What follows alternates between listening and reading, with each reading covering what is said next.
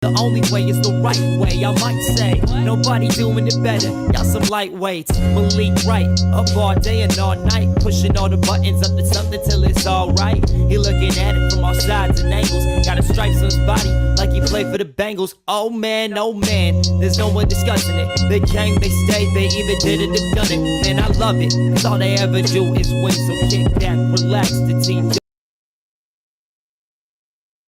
Thank you guys for joining us for another recap show of a Bengals game, the Sit Down with Malik Wright, presented by my company, the Right Way Sports Network. It's been a while. It's been a while since I've joined you guys. It's been a while since I've talked with you guys. It's been a while since we've dived deep into the discussion, but here we are. Hope that everybody had a Merry Christmas, a Happy Holidays. We've been kind of MIA for the last, what'd you say, Jimmy? 2 weeks.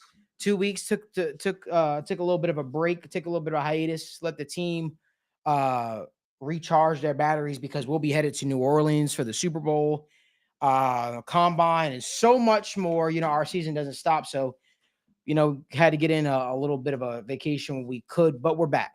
I want to thank you guys so much for tuning in, as you guys always do each and every single time we go live. Make sure you guys give this video a like, subscribe to the channel, turn on the post notifications so you guys don't miss when we go live, when we upload content from the TWSN studios. I'm supposed to be joined by Zim Hude today, and we're going to be talking everything through. The reason why we didn't go live yesterday is because we wanted to see the fallout from today's games to see how they affected the Bengals moving forward. Now, as most of you already know, the Bengals did what they needed to do. They took care of business. They beat the Denver Broncos, albeit it was a game, right? Jimmy was there in person. He got a chance to watch the game.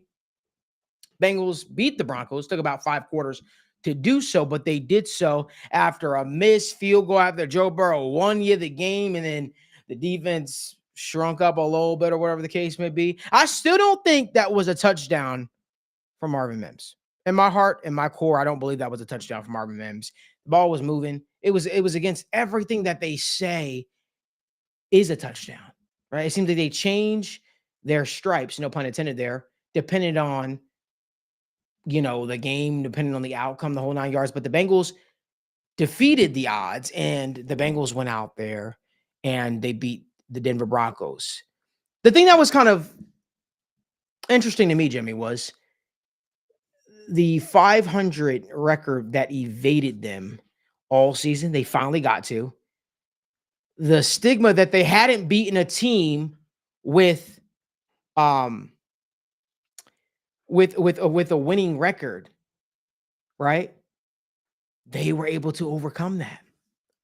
I want to make sure that I'm very clear with what I'm about to say. And I'm sure when Zim gets here, we're going to get into it. We're going to talk it all through.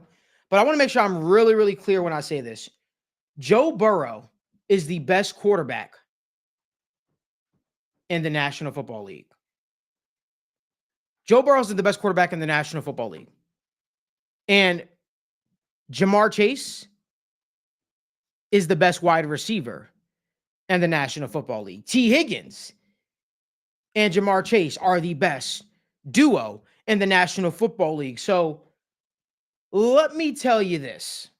I see there are a lot of people out there with certain companies next to their name, and it's certain companies to start their name, and they're your analytical gurus. Let me be the first to say it, though. And the reason why I feel I need to say that is because I am the closest thing to a fan, but also I'm new media. I'm in sports media. My friends around the National Football League call me the Cincinnati guy. So here's what I'll say. I don't think it's really close that Joe Burrow is the best quarterback in the National Football League. And I got a lot of heat, a lot of flack for saying that years ago. I said, hey, in my opinion, what was going to separate Joe Burrow and Patrick Mahomes was going to be the IQ test. That's not to say Patrick Mahomes isn't a smart player. That's not to say that. That's simply to say that Joe Burrow, his mental processing, his pre-snap, post-snap processing has to be elite because he doesn't have the same gifted talents that a Lamar Jackson, that a Josh Allen that a Patrick Mahomes has. So he has to pride himself on being the best. And Jordan Smith, make no mistake about it, too. I see your comment in the comment section. If you know me, man, even though this is a Bengals themed show, I appreciate everybody from all walks of the NFL. We're all family in some degree. He says, Burrow is great, but Mahomes does more with less. He says, Chiefs hold your playoff destinies in their hands. And let me to be honest with you, that's okay. To be honest with you, the Bengal fan in me is, you want to see the team win, but this isn't about that. This isn't about that for me. The Bengals make the playoffs, cool. If they don't, it is what it is. You put yourself in that position. It sucks to suck, right? If you sucked early on in the season and you shot yourself in the foot, you deserve whatever outcome it is. If the playoffs are the Bengals outcome, then cool. They did a great job rallying. But make no mistake about it, I'm not one of those people that are also, going to think the Bengals are inept of criticism. I'm not one of those people that are going to sit up here and tell you that just because they rattled off a couple wins here, that they should be in the playoffs. Not one of those people. But what I can tell you is Joe Burrow is the best quarterback in the National Football League. What I can tell you is Jamar Chase is the best wide receiver in the National Football League. And all of this is in spite of interesting situational coaching. I won't say poor coaching. I'll say interesting situational coaching.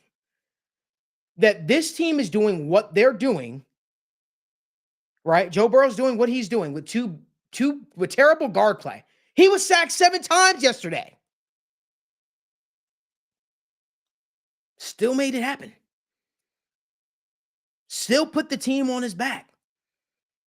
Albeit T. Higgins did a great job too. This is about the pieces, the key pieces that the Bengals have. That's what this is about for me. And I just want to be the person, because I logged on to Twitter this morning and I thought the entire NFL world would come together and everybody would say, Joe Burrow is the best quarterback in the National Football League. I believe that in my heart. But you know what I saw? So someone say, Joe Burrow is good. He's top 5. But Lamar Jackson, Josh Allen, and Patrick Mahomes are otherworldly. Whoa. What are we talking about here now? And that's my biggest gripe here. I want to make sure we give the guy his flowers. The MVP trophy has become about the record more so than the impact. And when I look up, when I look at, the MVP trophy and most valuable player, it's the person who is the most valuable to their team. It's the person who uplifts their team despite, hear me out, that word is extremely crucial here, despite the issues that may face the team. To me, he's not going to get the award, but Joe Burrow is definitely my MVP, in my honest opinion. He is that. I don't think you could have asked him to do more. I wouldn't ask him to do more. I look at it and I say, what Joe Burrow has been able to accomplish in a 5-year career, with everything surrounding, with the ownership that is slow to change, with people that are slow to adapt. If anything, this should make this organization want to do more for that guy. That's what this should do. This should make the organization be all in if they weren't. This should change their wholesale approach to the interior of the offensive line and how much it's going to cost to fix the interior of the offensive line. Aren't you tired of seeing your quarterback get hit over and over and over and over again?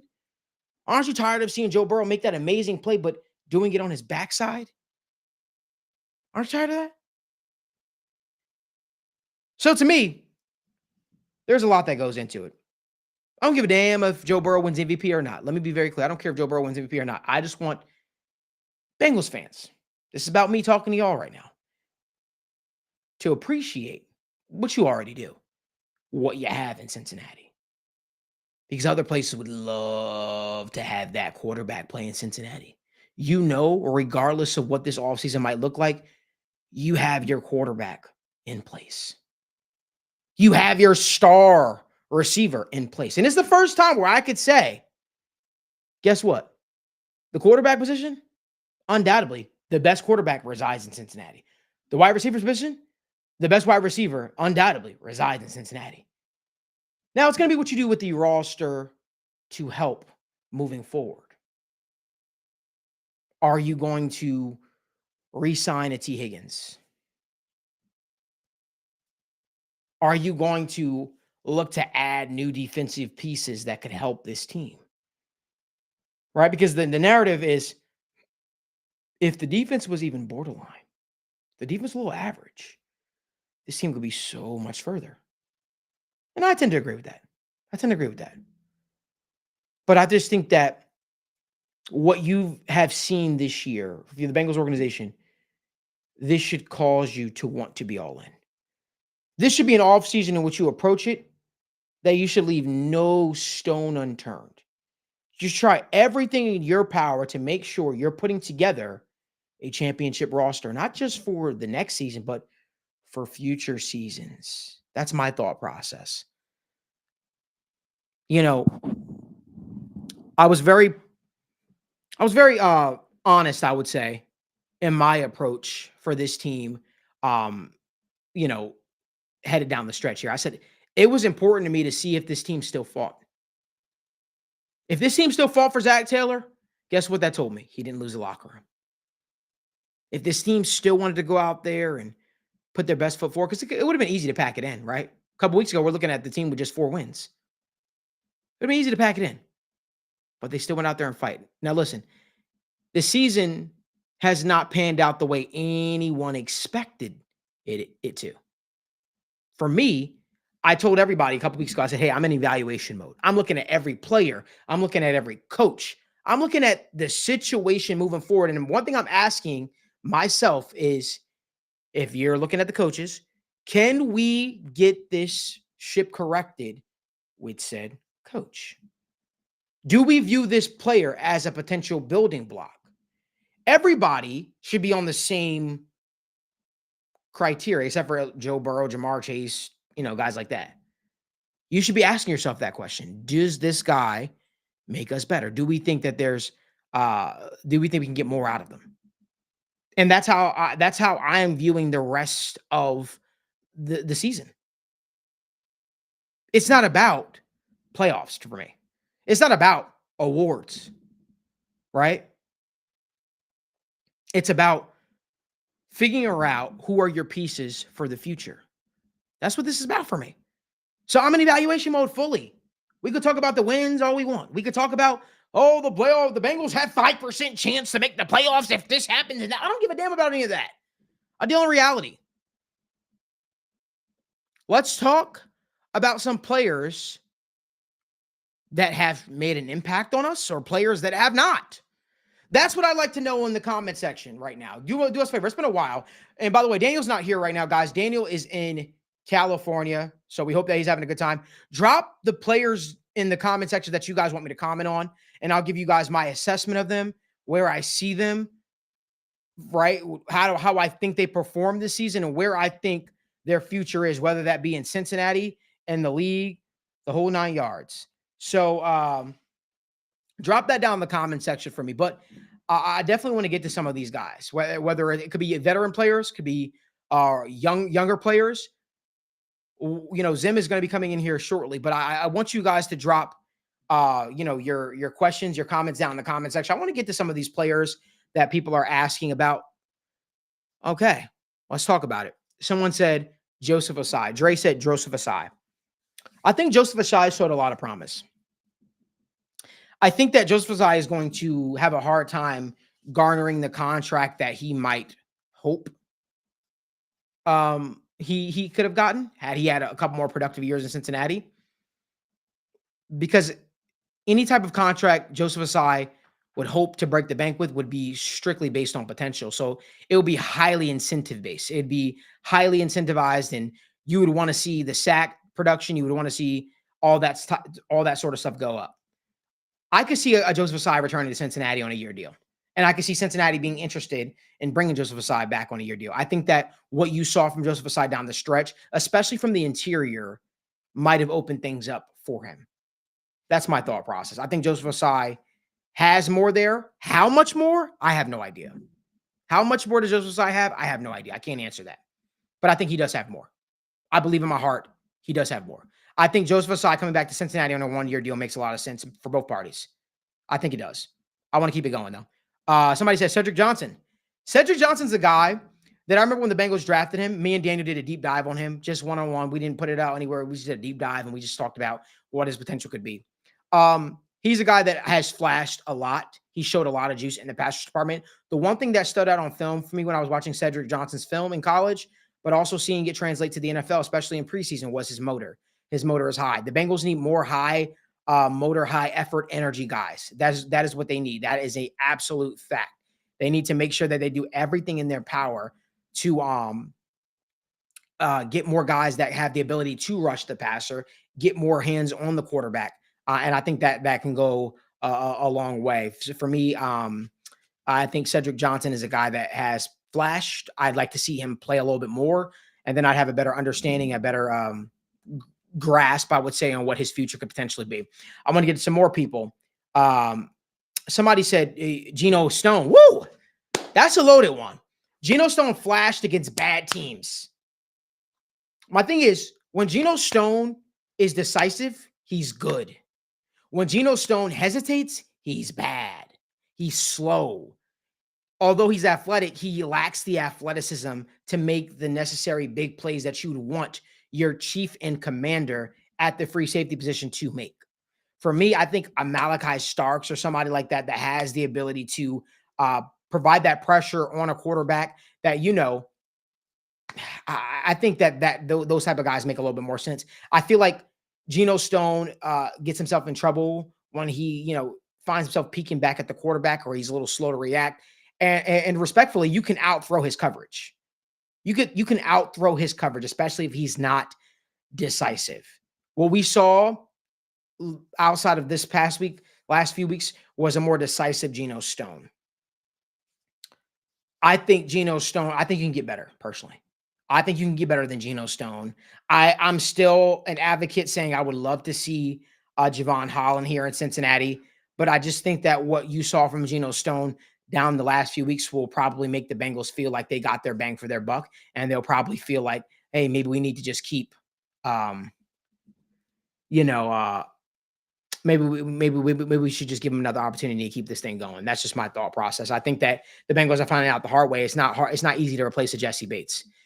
Somebody said Jermaine Burton. So I think the production, I think the boom you're expecting to see from Jermaine Burton is going to be much more likely in year 2 versus year 1. I definitely think you're seeing a more dialed in player, a player that understands that what it means to be a pro. You see, he's gaining the trust of Darren Simmons, of this coaching staff, which is why he's getting the opportunity to have kick returns. He's flashing the kick return game, but this is all a setup to get him in the right spot so he can start making plays on the football field with Joe Burrow and this offense, because Jermaine Burton has so much potential there. But you got to start somewhere. You know what I mean? I think that when you look at it, we all probably had a lot of high expectations for Jermaine. I certainly did. Obviously, being an Alabama Crimson Tide guy, I really expected Jermaine Burton to really boom this season, when obviously some off the field stuff kind of hindered that. It was a slow build back to get the respect, the trust of this coaching staff and all that stuff back in order. But I think that Jermaine Burton is a guy that is going to make a lot of plays for this team over time, in my honest opinion. So somebody said Mike Gesicki. Mike Gesicki should be back here in Cincinnati on a year or 2-year deal. That's what I believe. I don't think Mike Gesicki has any what happens when Mike Gesicki has any hindrance on Eric All, because they play different positions. If you ask me, Mike Gesicki is the best receiving tight end. I have to say receiving tight end because everybody says, well, he can't block. Mike Gesicki, in my opinion, is the best receiving tight end Joe Burrow has had. He's the best receiving tight end the Bengals have had since Tyler Eifert. To me, Mike Gesicki is a guy that makes a lot of sense for a lot of reasons. I'd like to think Joe Burrow would want that guy back. I believe this is the second best or third best receiving yardage career receiving yardage stats wise in Mike Gesicki's career. And I sort of expected, obviously, you match those two up. You match Joe Burrow up with Mike Gesicki up with Joe Burrow. You expect to see fireworks. And I also think that the threat of Mike Gesicki is something that really helps Jamar Chase, that also helps T. Higgins. But I also think that those guys, the threat of Jamar Chase and T. Higgins, also help Mike Gesicki. So, you saw what this offense was able to do with the Mike Gesicki in the fold. Why not bring that guy back? It makes all the sense in the world. I don't want to be super annoying about the whole Mike Gesicki thing. You guys know how I feel about Mike Gesicki. You guys know how I feel, and you guys know why I want him back. Somebody said Jordan Battle. Landon Van Steen said Jordan Battle. I think Jordan Battle is going to be the engine to this defense moving forward. I like the fact that he is a decisive safety. I didn't like the fact that him and Geno Stone both got split for a post route, or what it might even not even have been a post route. I think it was a deep shot. They both got split for, and it was a little bit of miscommunication. I felt like it was Geno Stone's play to make, honestly, being the free safety and being the guy that has the free reign to roam. I would have liked to see, I didn't like to see, that happen, but I think Jordan Battle has been stout in the running game. I think Jordan Battle has been hard-nosed hitting. He's been what this defense has been missing. He sets a tone out there. He's violent. I like that, man. I like that. I think that I think Jordan Battle makes a lot of sense for this team. He's going to be exactly what he was at Alabama, in my honest opinion. He was the heart and soul of the defense, and I think that Jordan Battle is going to be that. I think Jordan Battle, when his contract comes up, when it's time for him to get paid, he's going to get paid, whether it's by Cincinnati or somewhere else. But you cannot understate his value to this defense and why the defense has started to look a little bit better. It's because Jordan Battle's in the fold. Jordan Battle's younger, he's rangier, he's more athletic than a guy like Von Bell, and I think that his potential is definitely there. Somebody said Fig Newton. I like Fig Newton. I like Josh. I think Josh has looked really, really good in spots. It's going to be growing pains. A little tough, right? It's a little tough to see what a guy is going to look like as a rookie versus what he's going to look like down the, second year 2, year 3. I just would say continue to do what he's doing. Don't get into the hype. Don't believe your own hype. You got to keep approaching like a pro each and every single day. And I think that as long as he does that, and as long as he's consistent with that, I think we're going to see a lot of big potential from him. Somebody said Marco Wilson. Marco Wilson is a guy that, I don't know. He's a guy that I feel like a lot of people kind of wrote off. It seemed like the mental hurdle was there for him, and it was very real.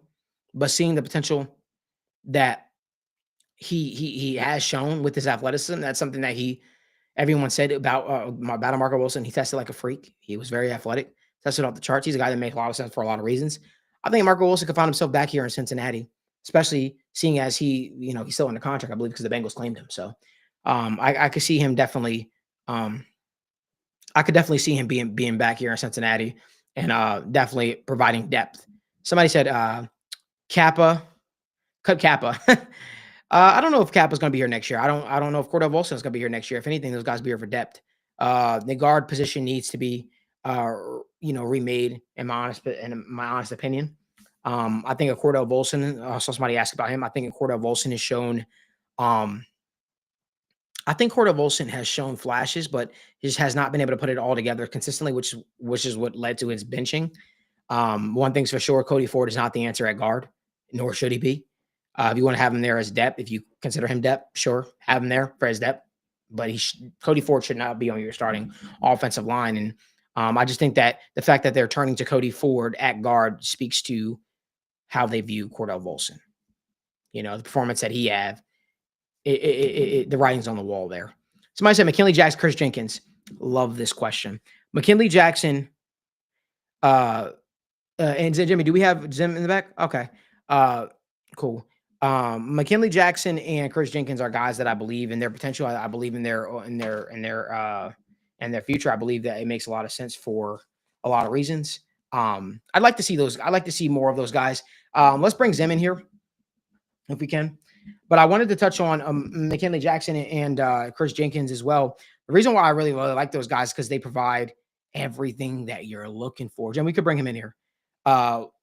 They're everything that you look for out of your young defensive tackles. Now, understand something. It's going to be a lot of growing pains, but I think McKinley Jackson has really boomed the last couple of weeks on film. His ability to clog up those running lanes. And him and Chris Jenkins seem to be just working together. I'll be honest with you. Those two are going to probably be the reason why the Bengals don't bring back a BJ Hill. And that is what you hope to see. That is what you hope to look for. Those two could be your BJ Hill, Larry Okunjobis of the future, right? I mean, they could be what you're looking for. But, for me, I'd still like to see them add a veteran. I like BJ Hill. He's made a lot of plays for us the last couple of years, but you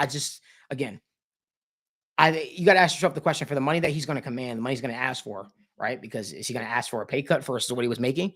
Can you allocate those resources to a different part of the defense? And for me, it's yes, because I think you can get better than BJ Hill on the interior of the defense line, especially in a rotation piece. But McKinley Jackson, Chris Jenkins should be slotted in as your starters for next year, in my honest opinion. Zim, what's going on, brother? Rocking out here in the free world, just enjoying what it's just having fun, man. I'm having fun. The Bengals, had a really good win, and I don't know. I just enjoy like the competition of sports, and there's a little bit of hope. I know that they might not make to the playoffs, but I'll be damned if it ain't fun like rooting against team. I don't know. I wish it was another way. I wish we controlled our own destiny, but I'm still having fun though. And that's the biggest thing, right? The Bengals, think about a couple weeks ago, they were 4-8 or 4 and whatever they were, and it was all doom and gloom. And don't make no mistake about it, because I know you still have those people out there that are like, you guys got to keep being consistent. If the team is doing bad, somebody still has to answer for this. For this season being what it is. Make no mistake about it. No matter how awesome everything is, peaches and cream and roses, and everybody's walking around, in a very jovial mood, I would say, because the team wind up beating a team that most people thought was a playoff team and a team that has a winning record and all the kinds of. Somebody has to answer for that. And in my honest opinion, it has to be Duke Tobin. That's just my opinion. I think Duke Tobin in this front office has to answer for a lot of the shortcomings, because I think it's very evident that there is a talent gap at certain spots on this team. And I think it's very evident that those same talent gaps that we are talking about now are the same talent gaps that we were talking about during the offseason.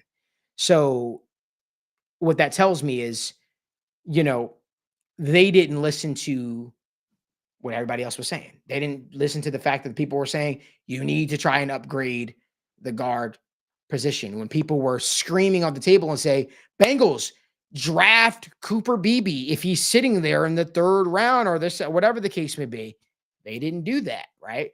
They decided to say, hey, we're going to continue to roll with Cordell Volson. We believe in Cordell Volson. Well, that same Cordell Volson that you quote unquote say you believed in, you benched for Cody Ford. That's what you did. Everybody was telling you, address the guard position. Everybody was telling you, add a veteran cornerback, but you thought you were smarter than the average bench. So you're shocked now by the results that you're getting. Everyone was saying, who was the other pass rusher opposite of Trey Hendrickson? You said Sam Hubbard, and we said Sam Hubbard hasn't been productive in that area for 2 seasons now. You blamed it on injury. And now you're shocked that you have the results that you have? What are we talking about here? So to me, I think that this Bengals front office, for anybody gets fired, they have to look at themselves in the mirror and they have to say, okay, number one, who the fuck is in charge? Respectfully, who's in charge? Who's calling those shots? Number two, how can we get this ship corrected? The same thing that I'm talking about when I said, when you asked Zach, you asked Lou. I think Dan Pitcher's done a great job, so I can't even put him in this conversation. But the same conversations you're having about Zach, Lou, Darren Simmons, whoever, you have to ask yourself about members of the front office. You can't say, well, Duke is like family, so he's not going anywhere. Although that probably is going to be the response. What I will say is, Bengals, you have no one to blame but yourselves for being in this situation, because the results that we have seen, a lot of people are foretold it. But let me ask you this, though. Mm-hmm. How responsible do you feel like Duke Tobin is for the draft? Extremely.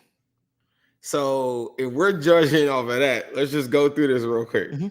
2000, because I think this is the first time I don't agree. I think it's very simple. I don't think that you would. I don't think it has to be drastic like that. Let's just go over this. Miles Murphy, pick number 28. You took what you thought maybe was the best available on the board. DJ Turner probably ended up being like the best corner on the team, like once Dax Hill went down. Okay. So then Jordan Battle, I feel like Lou should have played him earlier. I think Jordan Battle's a guy. I think after that, you had Charlie Jones. He'll be like a wide receiver 4 or 5. That might be your one miss, right? Then after that, pick number 163, you pick Chase Brown. Then pick number 206, you pick Andre Yoshivas. You see what I'm saying? And then after that, he hits a dud with Robbins. But then after that, pick number 246, DJ Ivy. Okay. You're cooking right now. He kind of cooking right now. You're cooking right now. Let me go a little deeper into what I mean. Your job as de facto GM, director of player personnel, because if we're talking about director of player personnel, right, Duke and his staff, as Zach always talks about, and their scouts and all that stuff like that, you should excel at the draft. There was a point in time where Duke and company were missing on draft picks and missing at an alarming rate. I'll give them the draft. I'm talking about the overall operation. I'm talking about making those calls, trying to get better, right? When your star cornerback does, I don't want to say a star, when your starting cornerback goes down, making those calls, trying to get better, because that's what teams do. You show this year the phone does work. You traded a 7th round pick for Khalil Herbert, who really didn't see any significant snaps. Again, that's also on Zach. That's also on Dan. That guy wasn't really seeing those snaps. And guess what? Now you're in a situation in which you need him potentially, right? And I guess the same could be said about a Jermaine Burton, right? The same could be said about Lou and not playing Cedric Johnson, or not playing Jordan Battle, or not playing Miles Murphy. Whatever the case, I can understand that completely. It's all been reactionary. For me, though, I think the job of a general manager is realizing you have holes, deficiencies on your team, right? And not just approaching it well. My job is to approach it at the combine, at the draft players, sign a free agent here or two, and then packing it in until next offseason. And sometimes I feel like that's the mentality there, because there seems to be no effort to try. You lost Cam Sample. What did you do to get better? Yep. You traded Joe Mixon and saved $1.8 million and then didn't replace him with anybody. You did that with Zach Moss, but then when Zach Moss got hurt, they told our fans you need to save money, so they made Joe Mixon take a pay cut. So he did that. Then after that, they just traded him all to a team that saw way more value in him, right? So they give him a big contract. That has nothing to do with the Bengals, but the Bengals get a 7th round pick for it, and they save $1.8 million in a running back room, to me, where they could have had Joe Mixon and Chase Brown. You could argue, well, does that stunt the growth of Chase Brown? I don't think so. I think that they would have did it like how they did Zach Moss, and they would have transitioned until we got about week 5, week 6. You would have said Chase Brown's better. Joe Mixon is the workhorse running back that gets the tough yardage, but Chase Brown's our home run hitter, and that's our main guy. They didn't take that money and spend it on anything.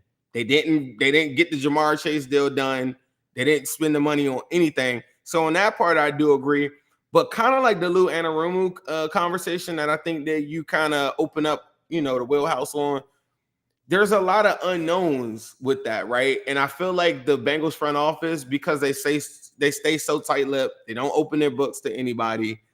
I think there's a lot of people that are working that are supposed to do those things that don't.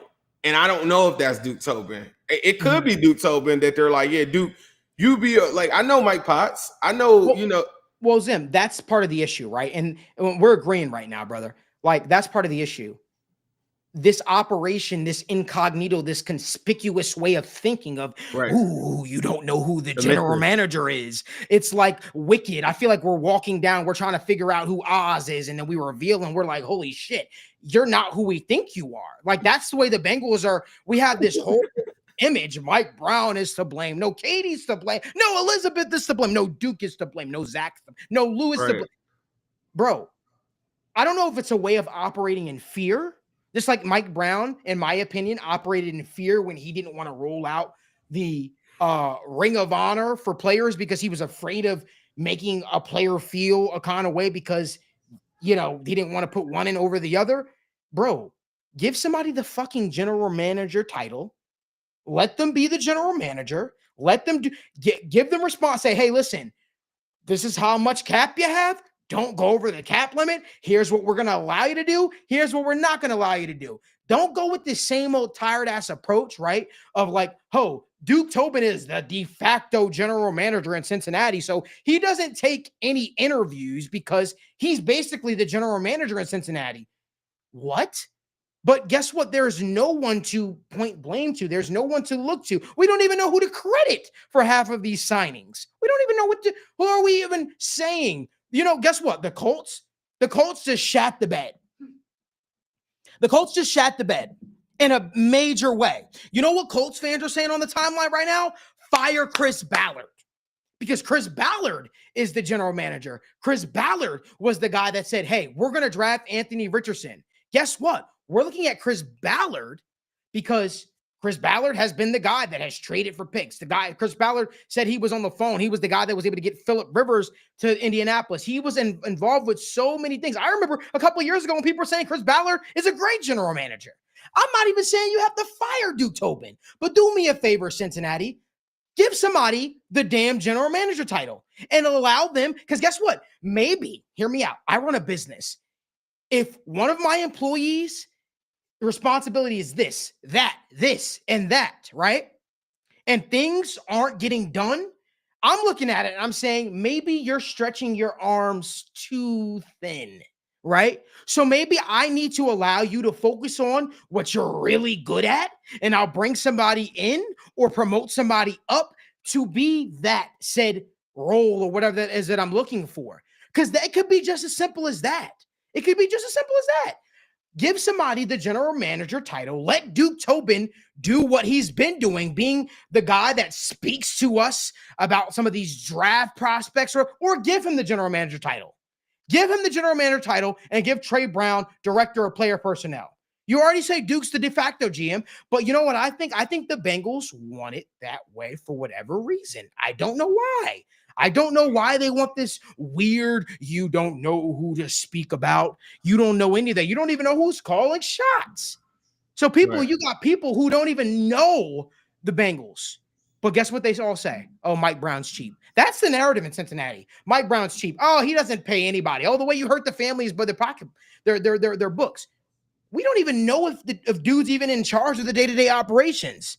From our understanding, Katie, right, and Elizabeth have been people that have been stepping up in such a major way. We don't know what Mike Brown's role is on a day-to-day side of things. We don't know if he's just the person that's signing off on checks.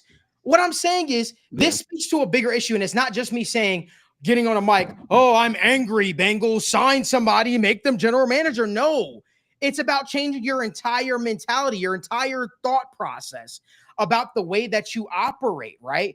Place phone call. Listen, being what a functioning, winning organization does, a team that's trying to win championship, is they leave no stone unturned. You can hate the purple people, as Zim calls them. You can hate the Baltimore Ravens all you want. One thing that franchise is going to do is make phone calls and try to find a way to get better every single week out of the year. Right. Not just a sometimes thing. Every single week out of the year, they're going to make trades. They're going to be aggressive. They're going to try to move up in the draft to get a guy that they really want. They're not going to hope and pray and say, you know what?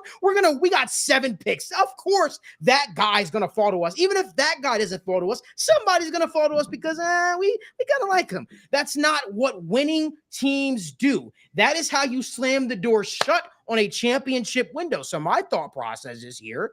Guess what, Bengals? Get out of your own way. If we're talking about the Bengals changing over new leaves, like Joe Burrow even said, a lot has to change this offseason. What does that look like? Who knows? But one thing we can all agree is they can't keep doing the same old BS they have been doing. Right. And I guess all right. So I don't know if giving someone a title changes the overall operations. Like they could come out today and say Duke Tobin is the general manager. I don't think that changes the way that they do contracts. I don't think that changes the fact that the family that was handed a team. I think it's way deeper, way bigger than Duke Tobin. So one of the things that's going to happen is like, and this is the same thing that happens when you fire a coach. It sounds like for what I do for a living, I fire people sometimes and I hate it. I think it's one of the worst things I've ever done, right? And when I fire someone, it's because generally they'll kind of fire themselves, they'll kind of weed themselves out or whatever, but the writing will kind of be on the wall. Mm-hmm. It's really tricky when the writing isn't on the wall because right now you have a top 3 offense, a quarterback that likes the coach. It's not really writing on the wall, so to speak. For me, it is. To me, it's like I know that there's another guy, there's another voice, but it's not clear cut.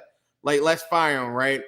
And the general manager conversation, I think it could later on it could cut down and give people to act quick, but I don't think it changes the overall.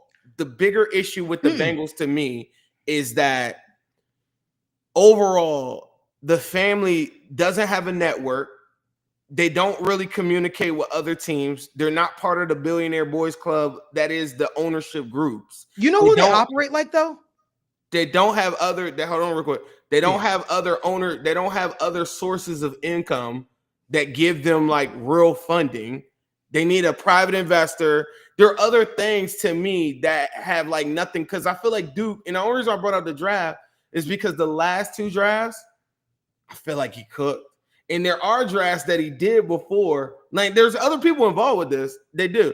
But I think the most important part about the firing thing and how I'm going to tie this whole thing in is this. You're witnessing the quarterback that is, I think, is the best quarterback in football. I don't even really think it's as close as people think it is. I watched Josh Allen like do stuff that like I'm watching these games. I just don't think that they're better than Joe. I don't think nobody processes better than him. Nobody's as accurate. So the issue is like, say you fire somebody, say you fire a coach, say you fire Duke, say you fire somebody.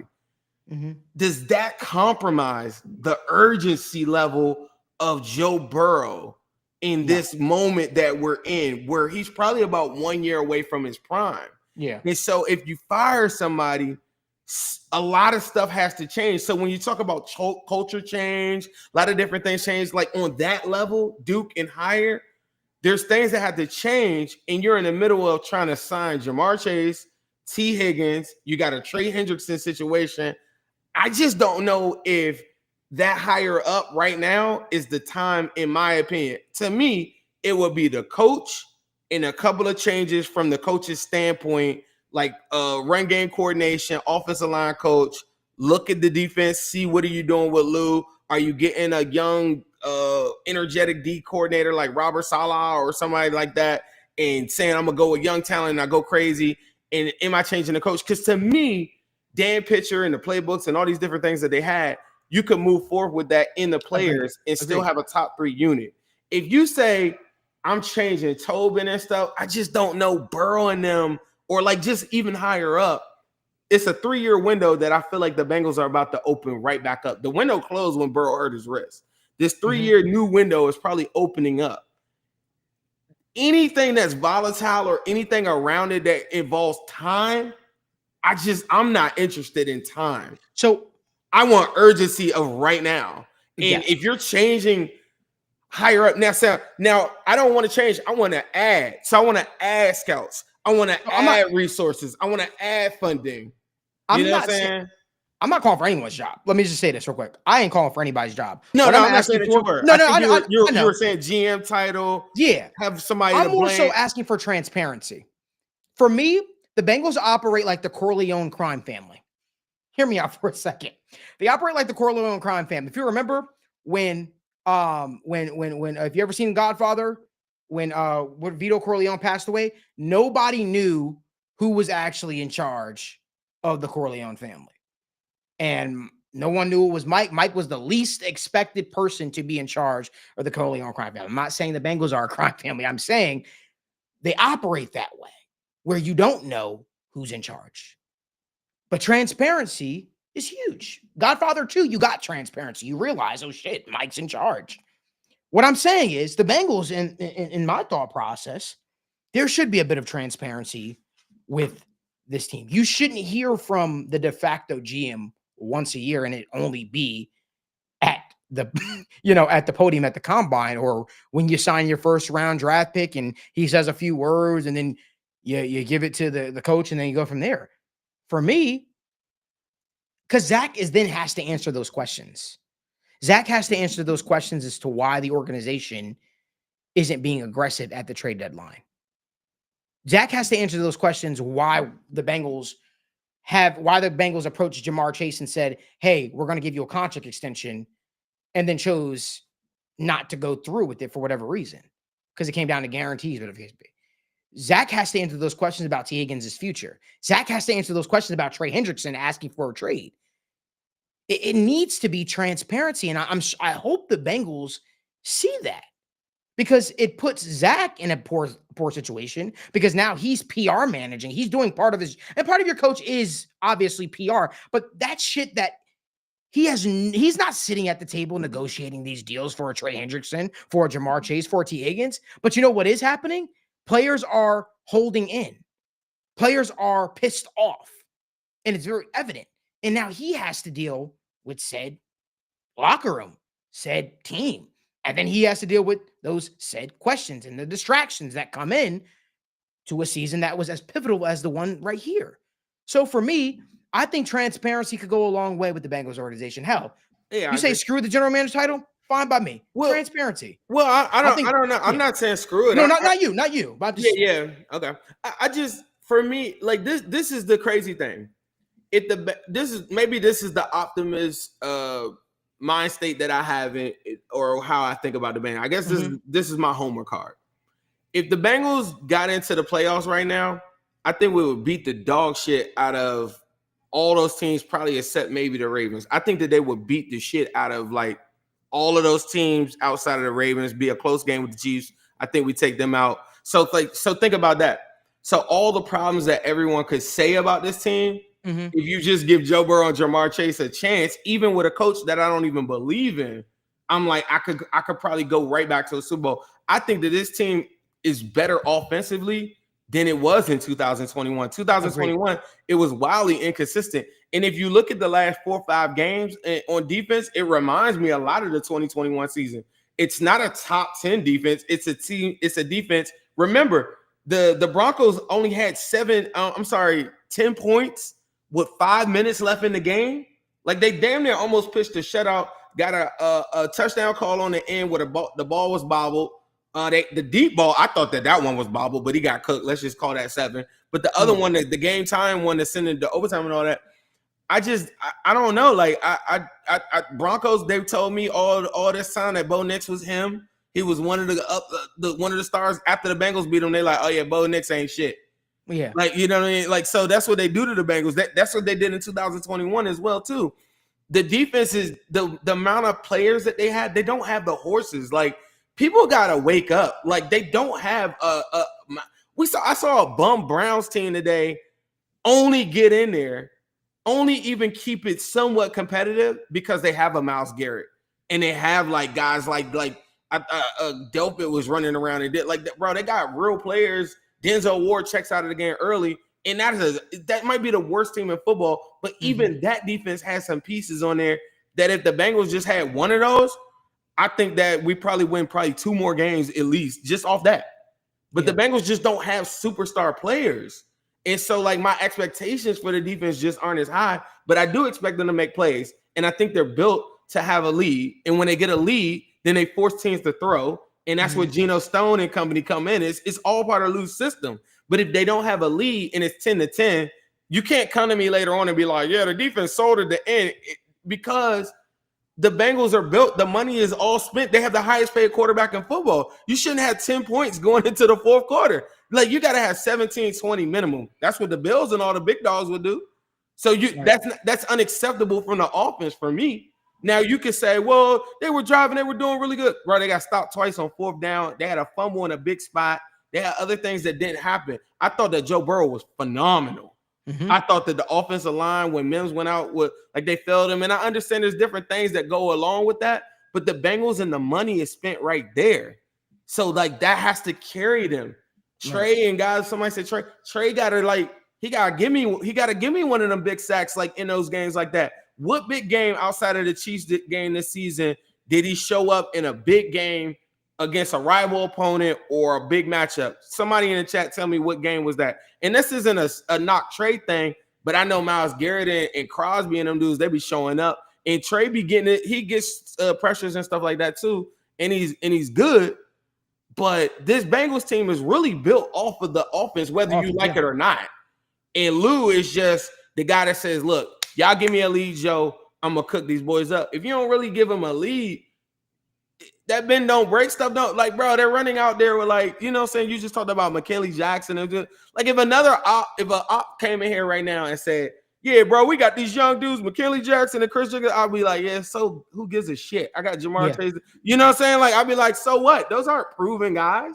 Our fans got to kind of wake up to that part. Is those guys are making their way into the league. DJ Turner's of the word. They're all making their way into the league. And you got to build it up, and you got the draft and stuff like that. I wish that the Bengals would give us way more resources. They don't have to go in and do a Von Miller deal, but they do need to say, instead of in every circumstance that we bring in a Sheldon Rankins, we're going to bring a backup Sheldon Rankins in that.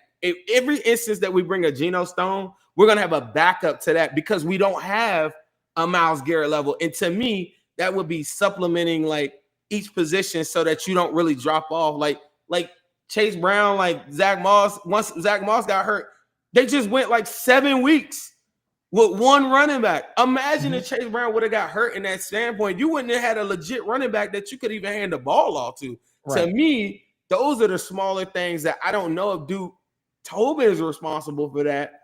To your point, if there was more transparency, I think we would get those answers. Right. So let me ask you a question. And we appreciate y'all being here too. This is our second to last one, man, for the season, man. It's been we kind of started this journey a little late, and I think me and Zim are going to definitely continue this, and we're going to try to find more ways to do more stuff. Maybe we'll try to include Ace stuff like that for next year, and just try to be more inclusive. Try to give you guys a different. Come on over to Wincy. I got no problem with that. I got no problem with that anytime, bro. I'm waiting for the invite, but no, we appreciate y'all that y'all have made this a part of your daily routine. Obviously, we weren't live extremely after the game, but we want to really let these games settle to kind of get a feel for what we needed to happen the rest of the way. But I got to ask you a question, Zim. What would you do? Right? Let's put you on. You're Zim Brown or Zim Blackburn. Here we go. Zim Tobin. Zim Tobin. Well, are you in charge? We don't know if you're in charge or not. We don't know. It depends on what you ask me. I might be like, right. Zim Corleone. But no, but what would you do? The season ends. Let's say the Bengals beat the Steelers or the Bengals lose Steelers, whatever. I don't know if that changes anything for you, but what would you do? You're the ultimate decision maker when it comes to this coaching staff, when it comes to things. What do you do? The things, this is the crazy, the things that I would do. It's not that crazy to me. I don't need a big overhaul. I think I want to open up a brand new window with some of the same cast members. I just think that I want to better the roster. So I'm attacking the roster first. I don't think that the roster is that good. So I you know what I mean? The things that I don't think that I could control, I can't control Mike Brown and the owners and the powers that be that are there. That's going to be there. I would bring in an investment group to help. That would be number one, though. Gives up no control. You saw that just happen. I think it was 3 weeks ago. Who was that sold their equity share or something like that? And somebody in the comments. Who? I didn't see. I didn't see that. You got somebody sold. Somebody in the comments tell me it was 1% or something like that. Everybody's doing it. It's the new wave. Yeah. So, I did see that. That was definitely opened up, and people were saying the Bengals would be prime. Need to do the same thing. I can't think of who it was. So that would be my first move. Secure the funding. Make sure the funding's correct. I would then go and I would move on from Lou, and I would move on from Zach. Said Philly. Somebody said Philly. Philly, yeah, Philly did it. Yep, that's who it was. I would move on from Lou, and I would bring in a Robert Saleh. I would get young, super energetic, and have a whole bunch of young dudes just flying around. Like, I would have a guy that's way more hands-on. I think Lou is so seasoned up, and Lou is so good at like talking to like the guys and saying that this is what works. And when you have Eli Apples and all those guys in there that he knows what to bring out of them, I think it works. But for this new core that's about to come into this team, I think they're going to be very young. And you're going to have to, you need somebody that's going to be super hands-on. And Lou will be fine. Lou will get another job and Lou will cook somewhere else, right? But I would go do that. I would move on from the head coach. I would do that too. I know that Joe Brady might want some control. We were riding the Bill Belichick wave for a second. I'm gonna tell you, man, I got some cut-ups of Joe Brady simplifying an offense and just like, bro, if they did that for Joe Burrow and gave him a competent run game, like the way that they used Cook in Buffalo and did that for Chase Brown, Joe Burrow might not throw for 5,000 yards, but I promise you he wouldn't get touched. The only way to really stop and make sure that Joe Burrow doesn't get hit, or y'all going to be saying this every single week. Case in point, remember the game yesterday? He gets sacked 7 times. But go back and watch these sacks. There are failures to the offensive line, but Joe Burrow's ideology on sacks is very different. When he steps up into the pocket, a lot of quarterbacks throw it away, but you put the ball in harm's way. He's always trying to extend the play. All of those sacks, those 7 sacks, only were a total of 28 yards lost, which is kind of rare for sacks because he's stepping up, moving, and getting up in the pocket, taking those sacks. You're always going to get Joe Burrow sacked. The way that he plays football, I think people need to understand that's just the way he's going to play. And if you're dropping back 30-something plus times, he's going to get sacked. But I will go into the draft. I will go get the kid Ratledge from Georgia in the second round. That would be my only offensive pick that I would do early in this draft. This would be a complete overhaul of an infusion of defense. And the way that I do it is by signing T. Higgins, signing Jamar Chase so that I don't have to go to the draft. I don't have to go to free agency. I already got wide receiver 3, 4, and 5 already on the roster. The only thing that I would need to do, I guess, is go to re-sign Gesicki for a year or two, go back to Mike Hilton's, get a year or two. I'm cutting Moss. I'm cutting Rankins. I'm cutting Kappa, and I'm cutting Sam Hubbard. That alone would free up over $90 million in cap space. The Jamar Chase cap hit that everybody keeps on talking about, like the Bengals won't be able to sign wide receivers. They've already picked up his 5th-year option. His 5th-year option is already at $21 million as a cap hit. Once you give him a signing bonus up front, all of that, he's eating that money up front.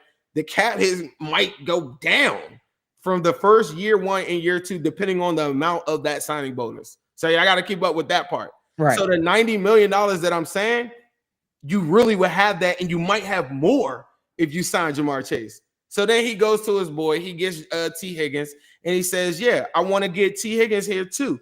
Bengals say, yeah, well, we only think he's worth 24, 25.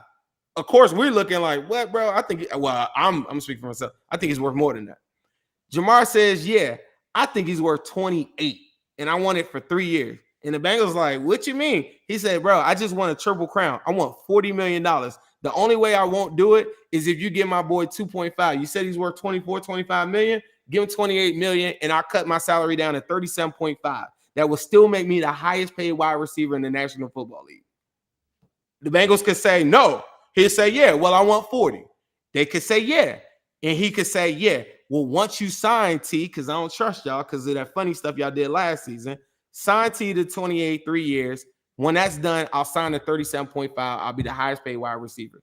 You think that would, and I'm telling y'all, the cap hits and everything that are already in there, Bengals already just came off a season with a $24 million cap hit with T. Higgins. That's nothing. They're going to save money by extending T. Higgins. Right. You will have enough money to go sign a real defensive player in free agency. I want Mufanga. Some people want Holland. Some people want Million Williams. You'll have money to go sign a real guy. And the resources that you've done by signing those guys on offense, you'll be able to go crazy in the draft on defense. Yep. So defense wins championship guy gets all the work. The only position that the Bengals should be looking at in the draft is guard and tight end, and that's it. There's nothing else that and you're only doing that to supplement the Eric All injury because you're going to sign. You do little small signings like can't celebrate here and take $8 million a year. At worst, if you fall off a cliff, you're still the best CB3. You don't have anybody else to really pay. You go to Trey Hendrickson and say, hey, look, you want to get an extension for a year or two? You're 31 years old. He could say, no, I'll trade him for a second-round pick right now. Mm-hmm. I'll send him to the NFC. If he says, yeah, then let's ball. Give him that money up front. Give him some more cash, $20 million or something like that. Get Trey out the way, and then done. I mean, bro, like, it's not that hard. And I really feel like if they just had a coach that start them off good at the beginning of the season, we wouldn't be having these conversations in this whole everything must go. Everybody must. I don't think that. I watched this same team in 2021 get way better in 2022. Mm-hmm. In 2022, I thought that the Bengals were the best team in football for a big portion of the season. And they just fell short with the offensive line play. I don't know why I lost your video right here, but I thought they fell short. I'm still here. We're having a little bit of technical difficulties. Just trying to figure that part out right now.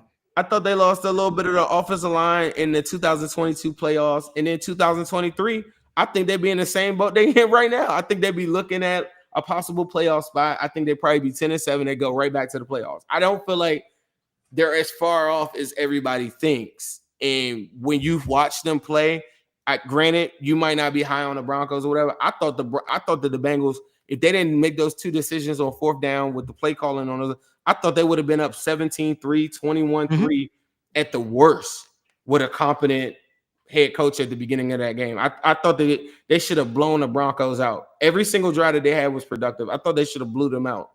And that's all I feel. I agree. No, I agree with you. I agree with you. And we're working to get myself back right now. But 100%. I when I look at it, I think that there are some critical decisions to come up. I believe in Lou as a defense coordinator. I think that a lot of what he's shown, and I also think that I don't know. I think Zach is going to be loyal to his guy as well. A lot like similar how he was loyal to Jim Turner. And you got to just ask yourself, how does the front office view it? Does the front office view Lou as a guy that they think can get the ship corrected if they do everything in their power to get this defense started to turn around, get better talent in the building, the whole 9 yards? Are they willing to go where they need to go to further this defense? That's going to be the question at hand. Are they willing to allocate the resources that it's going to take to fix this unit? That's going to be the big telltale, man. And I think so. I think Burrow, and you remember those games where Burrow walked out of there as soon as the game was over? What was that when we lost to Pittsburgh? Remember him and Zach went into a room with Lou? Mm-hmm. Remember that game? Yep. I think Burrow, when he says changes have to be made, and then some of the stuff that you get from Chase, after the game, I think it's very clear that they feel like they got it controlled on offense. And I think Burrow and company, I think he's going to say go all in on defense because I need that. Yeah. So now when you say go all on defense, do you think that means Lou is here? I know what you said you would do. What do you think, though? I don't know, man. The last couple of weeks have probably sold the front office back on Lou. I know a lot of people will say, well, look who they're playing. I don't really care about who they were playing. I think bad defenses get exposed no matter what. Mm-hmm. I really do. I think that when the Bengals have a lead with that roster, they're scary. I think their defense is really good when they have a lead. I don't think that any offense. I mean, come on, bro. If the defense was as bad as everybody said it was, and it was bad in a lot of games, like the Commanders game, it was really bad. But I've talked about this plenty of times. If it was that bad, why did it give Pat Mahomes the worst game he's ever had? I feel like that's part of Lou, right? Why did Derrick Henry fail to run for over 40 yards in both of those games through 4 quarters? If it's really that bad, The only running backs that went over 100 with us was what, Saquon and the kid Dottle, which I felt we had real control of that. And then the week one, I don't know. I guess my outlook on some of the stuff, the defense to me just doesn't have enough players. I don't really think that it's a Lou thing, but I do think Lou not playing those young dudes hurt. It hurt a lot in the way that they have to go over and win and get this back, like what the Rams have done with the Bucks. I'm watching Kalijah Kancey and all that stuff, is get an infusion. Look at the Broncos. I mean, they're leading the league in sacks. You get an infusion of young talent, couple vets there, which you already have, and then you just fly around to the ball and everybody's moving aggressively, and maybe you lose some spots or whatever, like you lose some big plays like here and there or whatever, but that's just the way I think that they should play. And when they get a lead, you know what I mean? Like, I don't know. I just think that Lou has shown he's not willing to play those young dudes like that, and he's not willing to take those young dudes and give them those opportunities. And I don't think that the Bengals can go chance free agency on defense. I really don't. I think that if they're going to go get a defensive guy, I will, there's some guys that I like, but those guys are very active, fast playing, aggressive players. Like the Geno Stones of the world that are, let me get interception to play into my quadrant of my zone. I'm not really interested in those type of players. I want Jordan Battles, like flying all over the place. Right. Like I would be playing meta right now, probably more than ADG, because I'm thinking ADG probably won't even be on the roster if I'm Lou. He's still not playing them. Miles Murphy, you know what I'm saying? Like that took a while. And, I don't know. Like the new way and the best way to solve this is to add guys like how you wanted Jared Verse and all that. But them dudes got to play. And they got to play. And the reason why they got to play week 1 is so by the time you get to week 14, you're not trying to figure out, is this a guy? Right. You don't want to, like, the Bengals are a playoff contending type of team, championship level team based off of their quarterback and their wide receivers. You don't want to get to the end of the season and be trying to figure out, can I play this guy? Like, I would have already ironed that out. I already ironed out so many different issues earlier on with CTB where he got benched, right? You know, you want that to happen early on. Like, if young dudes get cooked at the beginning of the season, maybe sit them out for a series or two where we're coming back. Joe Burrow's cooking. We might have some of those games early in the season. By the time we get to week 7, 8, 9, CB2, CB4 has already seen a Devontae Adams, already seen one of the better wide receivers. I don't have to wonder what are they going to do later on. And I just think that was a big fault of this whole Lou, Zach, not Burton early. Like Burton should have been returning kicks week 1. Yeah. Get them comfortable holding a football in the NFL. That's a big thing for I can imagine for a young kid. Like all of these players like that. Tanner McLaughlin got his first active a week ago. Like I can't see what he looks like. Right. Over Tanner Hudson, just a and couple. We still don't really even see him in there. Cedric Johnson balling out last couple of weeks. I can't see him against the Ravens early in the season when I needed you. Still is like that's the dangers. And I remember when the Chiefs, and I hate using them as an example, but when they got all those young corners and they got all those dudes, they played them. They played them right away. Brian, the kid from Cincy or whatever, Brian, the safety or whatever, they played him. Brian Cook, yeah. Brian Cook, they played all them dudes early. The other kid from the HBCU, the dude that we cooked at the end, Daryl Williams and all them dudes, all the corners, they play all of them. You got to play them dudes early because you need to get them battle tested. So by the time you get to the end of the season, you're not wondering. Like, think about Fig Newton had he been playing the whole season, even in a limited role. And look how good he's looked. You know what I mean? Like, so I just think that that's a big part of it. I think the Bengals use the money aspect of a Sam Hubbard, money aspect of a lot of these guys to the detriment of their team and said that because this guy gets paid more, we're going to play this guy more. And I hate that. And that's not the way that football is supposed to be played. You gotta play your young players, obviously, to know what you have. And like I said, regardless, I think that we're in for one for this offseason. Is going to be a lot of change. How deep does the change go? We're going to figure that out. But obviously the season hasn't been what we expected it to be, but it is good to see winning football in Cincinnati. The one thing I will say moving forward is, this Pittsburgh Steelers game, you're still in evaluation mode. You're still in evaluation mode of the coaches, of the players, and see how this thing's going to look. Regardless of I don't care if the Bengals make the playoffs or not. You're still in evaluation mode. You're trying to figure out who are the pieces that we can rely on. Joe Burrow said this a couple of weeks ago. He said, the next couple of weeks are going to determine who we can rely on for the long haul. And for, truer words could not have been more spoken, if you will. I still think everybody's in evaluation mode for the most part. Yeah, it's good to see the players fight the way they fought. It's good to see the T. Higgins bounce back after missing 4 games. Look what he has been cooking, right? And bro might hit 1,000. Even right. It was really 5, really.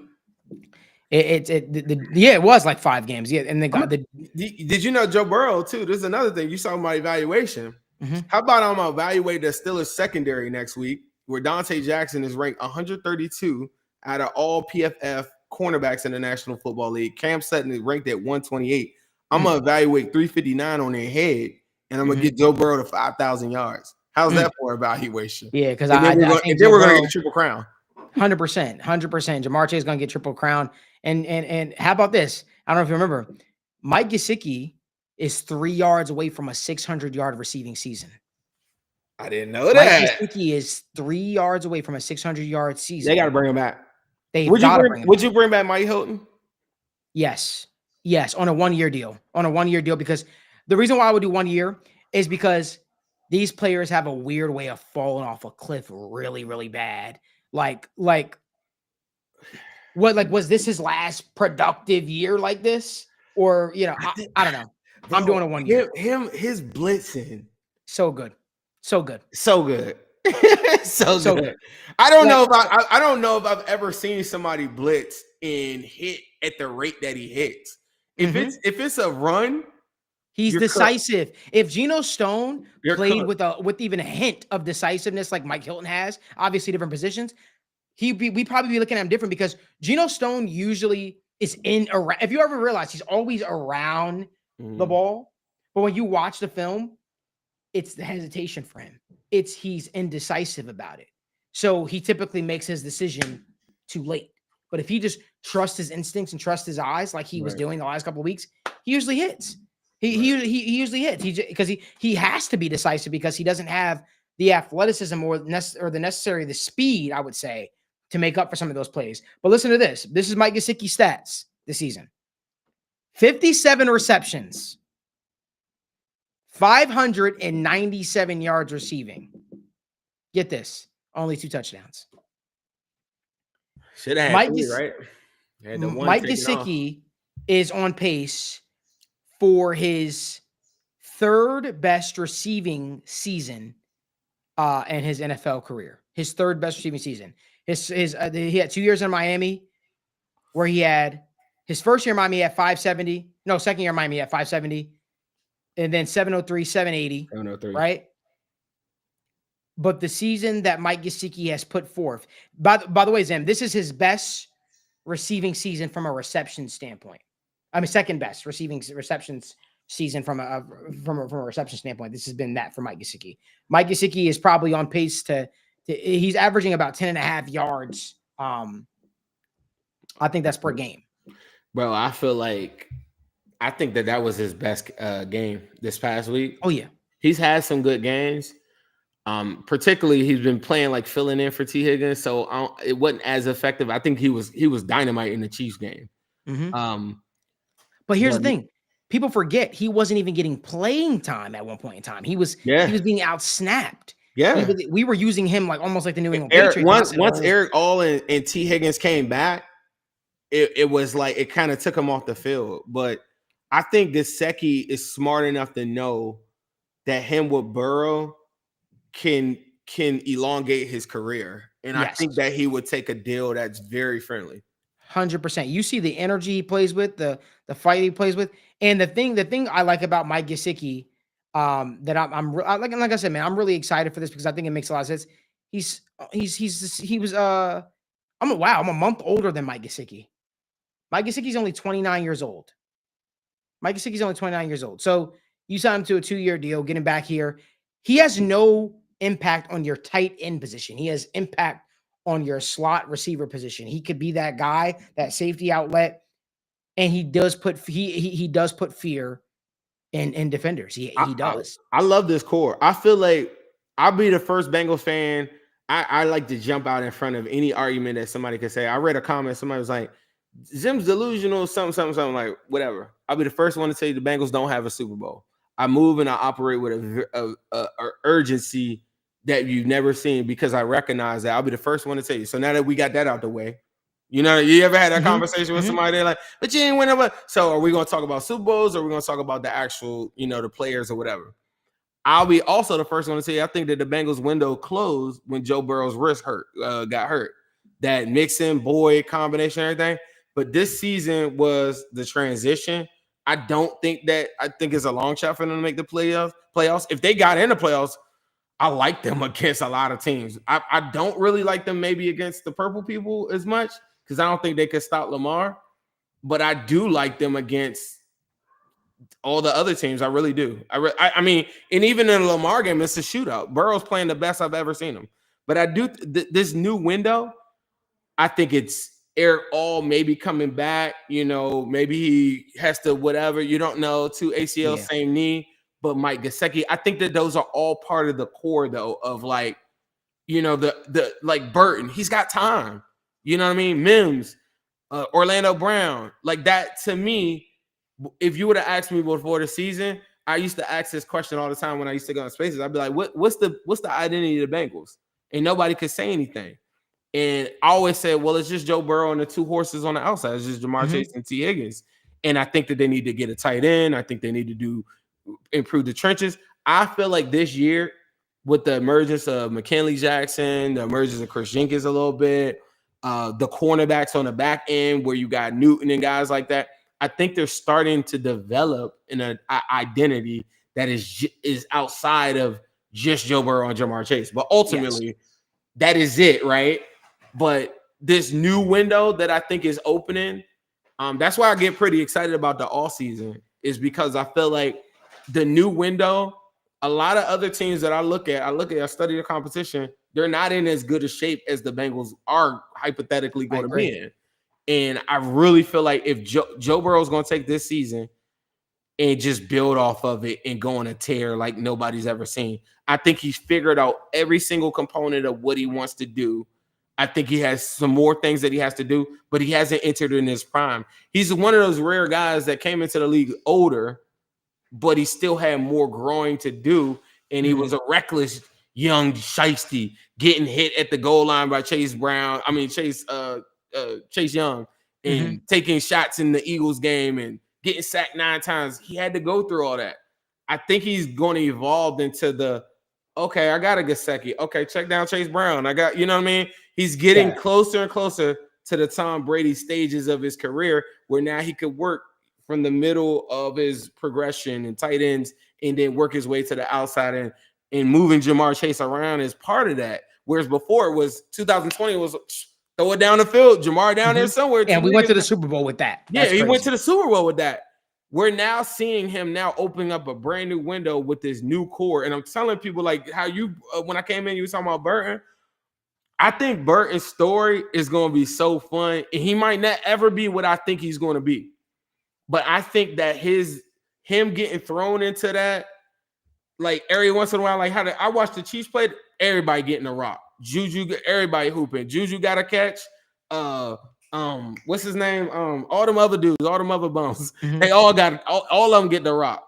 If you telling me Burton getting 3-4 targets a game, and then you got T. Higgins is a possession, like bro, I really think that this offense could be the best in football. I don't know if they could be the best in football with Zach Taylor, but I do feel like they're starting to build something, and the Gesicki part is a real big part of that. Khalil Herbert might be a part of that too, and I just think that the offense is really, really balanced now that Chase Brown is now taking that step further, and I'm excited about what they're going to do. If they got in the playoffs, bro, I'm telling you, I like them over a lot of those teams. I just don't see many teams playing that type of ball right now on offense. I really don't.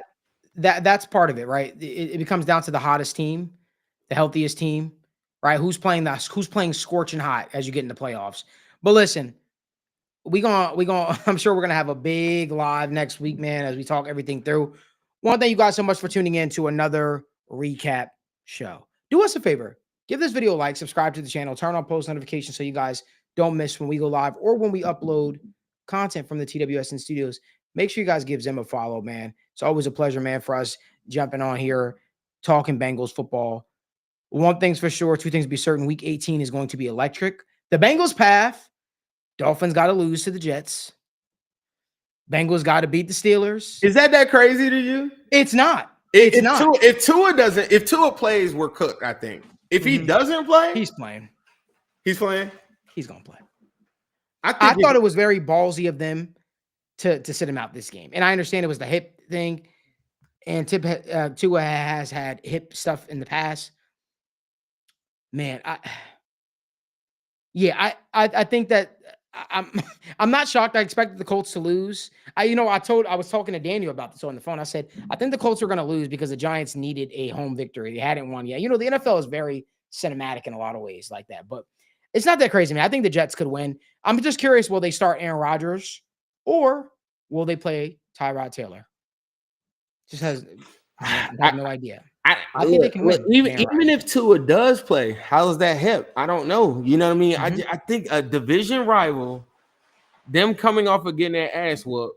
I don't know. I mean, I'm of course I'm more hopeful for the Bengals because I want the Bengals. You know what I mean? But I could see, the Dolphins play like shit. I thought that both teams were shitty today. Yeah, I don't think neither one of them was good. I thought A-Chain was gonna have a way better game than what he did. I thought he couldn't get anything going against that Browns defense. Oh, and it's in New York. The Jets defensive line in their front. If A-Chain isn't getting off, I just don't believe in it. And then I can go one-on-one with Sauce and Tyreek. Waddle probably not playing. I don't know. I like the Jets in that game, bro. So you know what's crazy? I think everybody's going a little too crazy about the Chiefs backups playing against the Broncos. I think the Chiefs, listen, you don't just have a colossal fail like this. The Broncos had every opportunity last 2 weeks they're not going to smack them, bro. It's a division game. It's not going to go down like that. And I'm going to tell you another thing. Chiefs better not play with that and just put out all backups. Because if you have a first round bye, so you're talking about, you just went through 7 days just now. You about to go another 7 days. So that's 14. Then you got the first round bye. That's 21 days. It would be 28 days that these dudes haven't played, and then you would just say, "Yeah, all right, going out there and go play the team that wants to kick your ass, whoever that is." It might be the Ravens. You ain't played in 28 days, so the Chiefs better be careful not playing those starters. I'm telling you I that hear you right on that now. because it could be upset special. But I got the Chiefs in that game. I'm calling it now. I got Chiefs too. I don't care if the back. I think here's a hot take. I think Mahomes and them start off the game, they get a good lead, and then they sit some of them guys like later in the game, or maybe Wentz does play, but you're not going to sit. You're not sitting Hollywood Brown, who just came back. You want to get him into the flow of it, get him real snaps. Imagine if they set Hunt. So what? Pacheco, right? You know what I'm saying? Juju's a backup. D Hop, they're not sitting no D Hop. Like, what are you talking about? Chris Jones might sit, but how did that go for last week? They had more sacks last week without Chris Jones than they had any other week. I like the Chiefs in that game, bro. Man, I like the Chiefs too. I like us against that Steelers secondary too. I think Burrow's gonna go for that 5K, put 400 on them, and that's all she wrote. Man, I think that I can see the Bengals sneaking in, man. I can see them sneaking in, man. I really can. And it's just crazy that if Dolphins would have lost today, I would have came on this show and said, "Yeah, we're in, bro. We're in." If they would have lost, I'd have said, "Bro, we're in." One thing I will say though, I saw a lot of Chiefs fans on Twitter saying, "Oh, y'all need us. Y'all begging y'all need us for your hopes." Marissa, I want you to clip this. Chiefs fans, I know what you are saying, but it's like Candyman. You say his name 3 times in the mirror, he might appear. So I would say, be careful what you ask for. Be careful what you say that you want to happen. If I was the Chiefs, I'd tank. I'd be like, I would personally, I would play my guys, but I'd be like, yo, there's no chance in hell I'm we're letting allowing them in. the Cincinnati Bengals into the playoffs. I think Mahomes. You ever seen that QB special on Netflix? Mm-mm. If somebody can send me the clip of this, please, somebody DM me. I cannot find a clip. Oh, the dog. If somebody could find me this clip, he's on Netflix crashing out when he loses to Burrow. What? Bro, he's like, fuck, in the locker room. If somebody could send me that clip, bro, I promise you, I got like an award for you. If you could say that, if you could send me that clip, I need it. Because I'm going to tell you right now, that dude, the Bengals live rent-free in that dude's head. He talked about them and said, man, the better matchup is the Bills. Like, I never watched the show, but people would send me the clips of that stuff that I needed like that. Crash out of the Burrow. And I think he would be like, let him in. Let's play the Bengals because he wants to prove that he could beat the Bengals. I think Pat and Kelsey are not running from 9, bro. I think their fan base is scarred and scared to play them. But I think Mahomes and them, if you go look at the psychology of how he was on there, where he was like, fuck, like the Bengals are a nightmare for him that he has to feel like when he's won multiple championships. He's got to conquer all your demons. Just like if you're scared of heights, you need to go stand on some shit that's real high, right? Right. I feel like he looks at the Bengals like that, and their fans might look at us like we ain't shit because we ain't got no bowls, but Mahomes don't look at us like that. Yeah. I hope that we get the dance. I hope we get the dance. I really do hope we get the dance. If not, we'll see y'all next season. But I'm really going. Because look, when we just lost 4th and 16, I took my son out there. To this day, he'd be like, I cannot believe that call. I said, bro, if we play them again, we're going back. I told him that this morning. I'm going back to Kansas City for that game. I'll probably go with you. I'll probably pop out there with you. Let's go, bro. I need all parts of that game. I'll probably pop out there with you. I need all the content. I need all parts of that game. I promise you. Yeah. Joe Burrow playing like this, they don't want I've never been this confident about a Bengals offense. Now the defense, hit or miss. I mean, you might get DJ Turner back by then. You might get DJ Turner back, some reinforcement. No, seriously, they said that he had a chance. He had his chance where he potentially could have returned. They said that. I'm pretty confident, bro. I respect the hell out of the Chiefs and what they've accomplished. I think there's a bunch of pansies online that talk trash that don't represent real Chiefs fans. I'm talking to the real people that actually like football. I think it'd be good for the sport. And I think that the Bengals will come in there and light shit up, though. I'm telling you that now. Like, I think that they were like, the Ravens defense got way better. I would, if I'm the Bengals, that's the one team I'm like, I don't know. But, they beat us twice. It's hard to beat a team 3 times. And it's a team in your division, too, and they know you and all that stuff, The Chiefs thing, though, it's just something there. Pat Mahomes, week 2, worst game in his career. 151 yards, 2 picks. Remember, he had the 3rd pick, but they took it off the board. Worst game in his career when the Bengals defense was nothing like what it is right now. I like my chances in that game. If he's talking about the Bills, Joe Burrow's never lost to Josh Allen. I watched the Bills get smacked up by the Ravens. They don't look good against our division, in my opinion. I feel like the trenches and different things that I feel like their defense gets exposed. The Rams just put 40-something on them. What do you think? Yeah. What do they think Burrow going to do? Burrow's on a heater right now, bro. I'm sorry. Yeah. Like, I'm glazing. Burrow's on a heater. Bro, come on, let's be real. You might say, Zim, you're delusional in the comments. Like, somebody going to say that. But let me ask you this.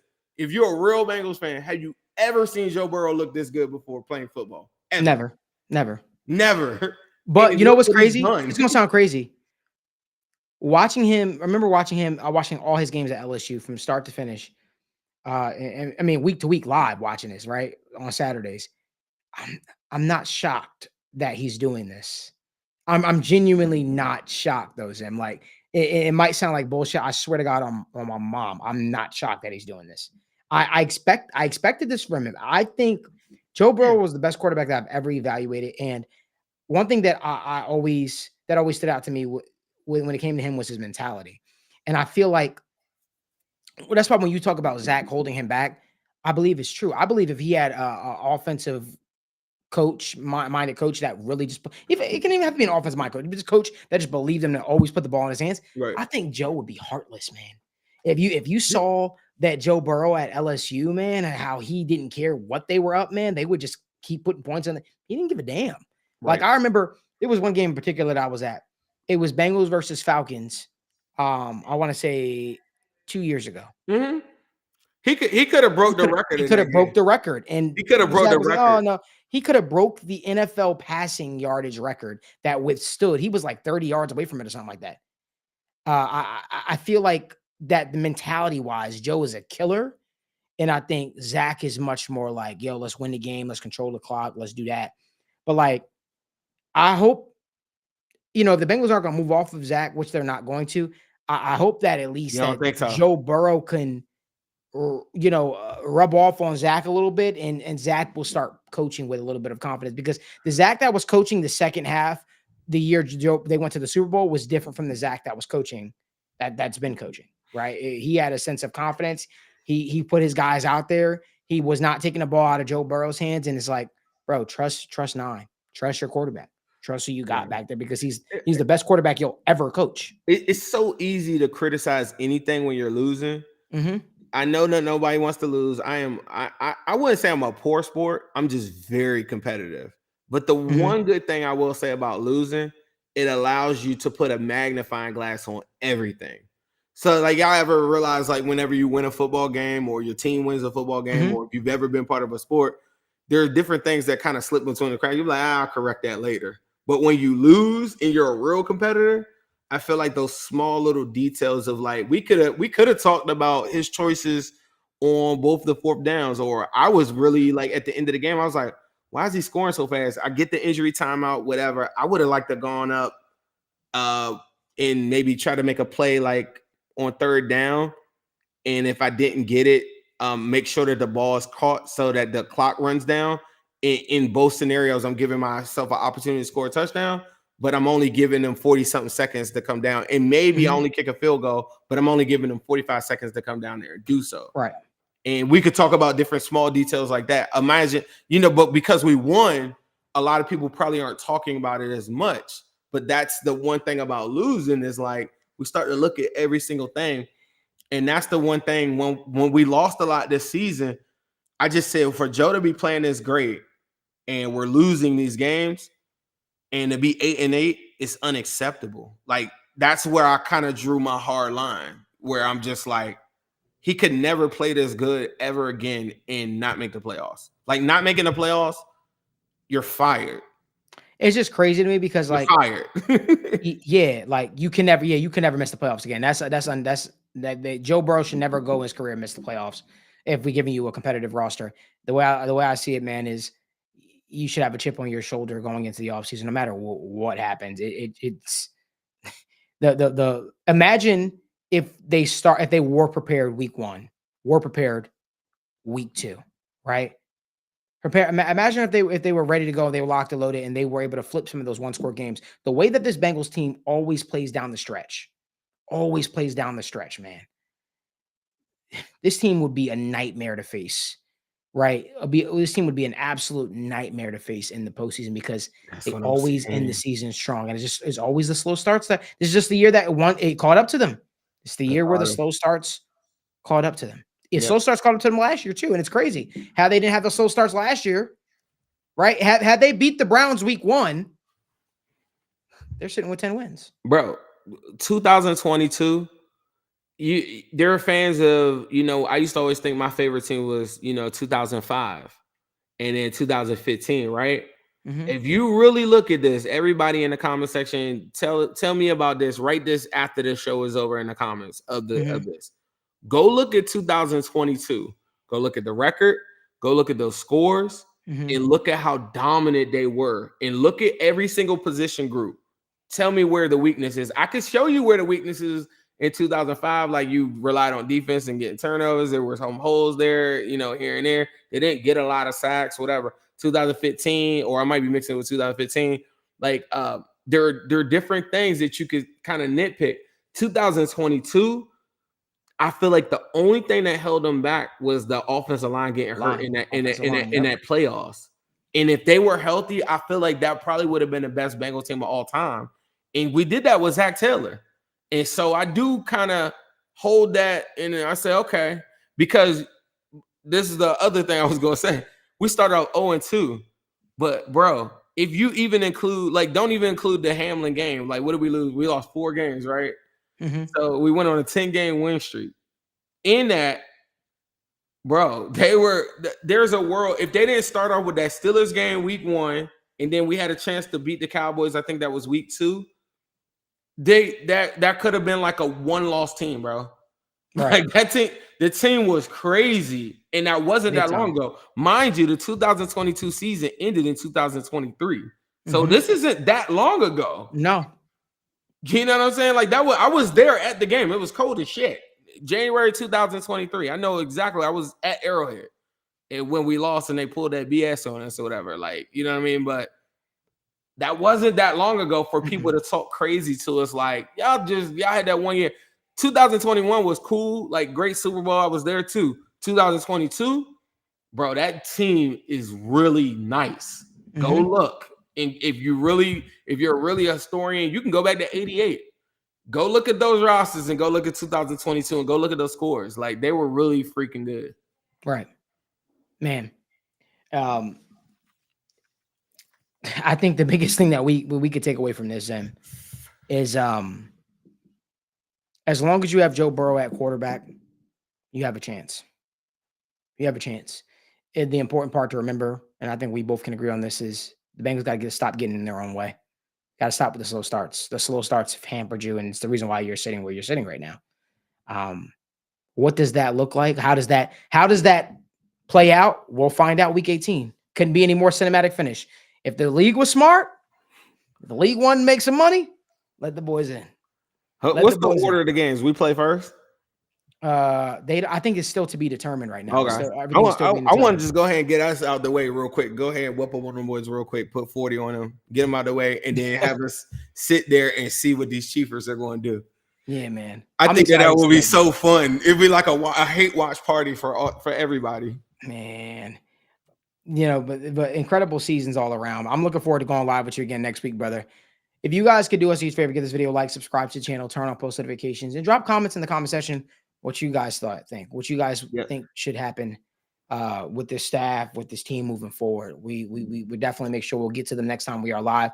I'll be back live on Tuesday. Like Benjamin Harrison said, we just need to keep cutting on grass, man. Got to keep on cutting on grass, control what we can control, and let's see if the Bengals can wind up with 9 wins, and we'll see how the rest of the cookie crumbles. But Zen, appreciate you, brother. I'm gonna see you back live here next week as we break all things down. Cincinnati Bengals. We'll see you guys, and as always, Who Dat?